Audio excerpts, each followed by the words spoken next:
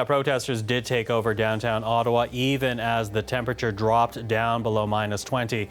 Despite a larger police presence on the streets, more protesters and trucks flooded into the city yesterday.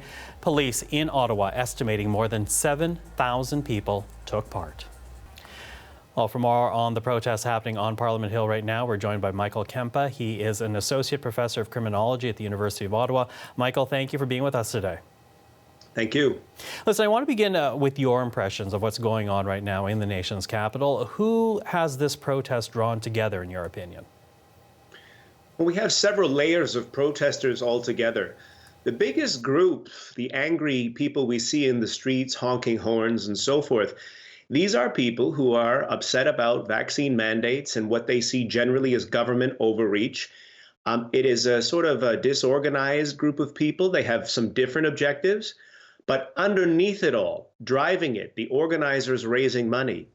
They're not particularly concerned with vaccine mandates, and we know this because they have been planning trucker convoys since before COVID-19. They are interested in pushing a political agenda, raising and organizing supporters, and raising money and resources to further that agenda. You speak of that agenda, and it's interesting when you look at what's happening there. Amongst the different signs and flags being flown, there are a number of American flags being waved at these protests. We've seen a few Donald Trump flags as well. What does that say to you about the kind of agenda being pursued here? Well, all of these different flags, although they're different camps of people, it adds up to being counter-state, counter-mainstream politics.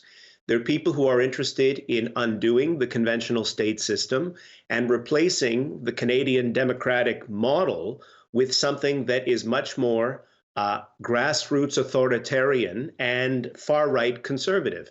Now, they have differences of philosophy and opinion, but generally they are outside and intent on dismantling the political mainstream. They're not interested in the charter liberal system that we have here in Canada.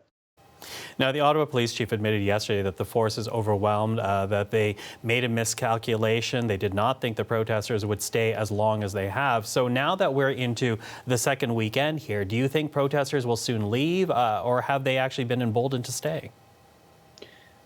I believe they've been seriously emboldened to stay. When they were coming, I knew what it's all about, so I've seen this before elsewhere in the world. But for Canadians, it's hard for us to imagine that there are about 1 million people in our country who consider themselves to be outside of the political mainstream, just completely counter our state system. It doesn't exist as a conceptual possibility for us. We imagine that's an American thing or maybe elsewhere in the world, but not us. So as it was approaching us, we could see it, but we didn't recognize it for what it was. It was just outside of our realm of experience.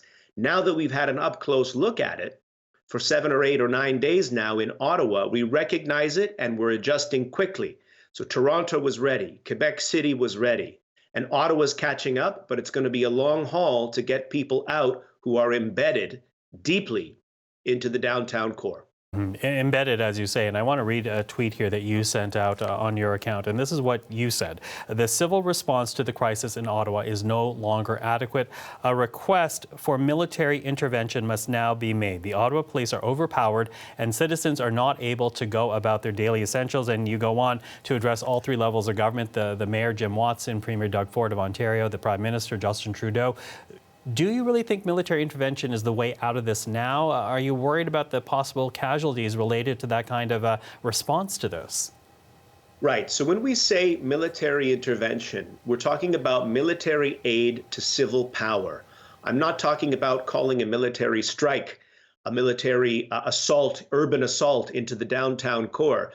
It's a situation where military manpower can assist the police in carrying out ordinary enforcement. And a big part of that is actually providing the machinery to enable the removal of trucks and other vehicles from the downtown core. It's military aid to civil power, not an urban assault that I'm talking about. Are you at all disappointed that we've not heard more from the federal government on this? I am, in the sense that Canadians deserve answers and they look to government for leadership always in times of crisis. the advice that I would give would be that the Prime Minister should demand of the organizers a detailed list of their demands, put them in writing. And the reason that I'm asking for that is I can bet you that the organizers will put forward a grouping of demands that has nothing to do with what most people on the ground protesting are looking for. In other words, it will show people that driving this movement are a set of ideas that are not what they think they're protesting for in the streets.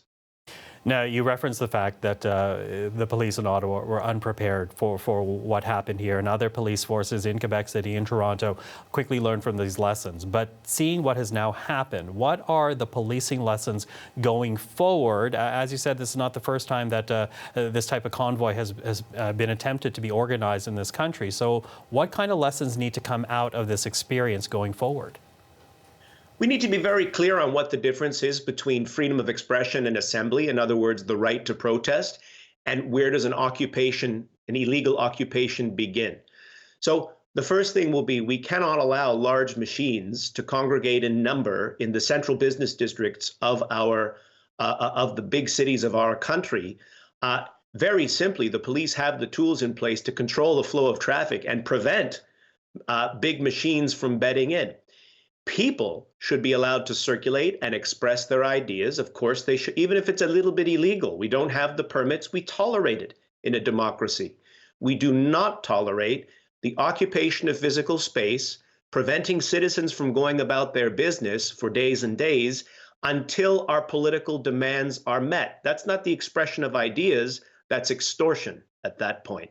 So I think police will be a little bit clearer moving forward on what we allow and what we crack down on early. Michael Kempa, very interesting to be having this conversation. Thank you for this. Appreciate the time. It's a pleasure. Thank you.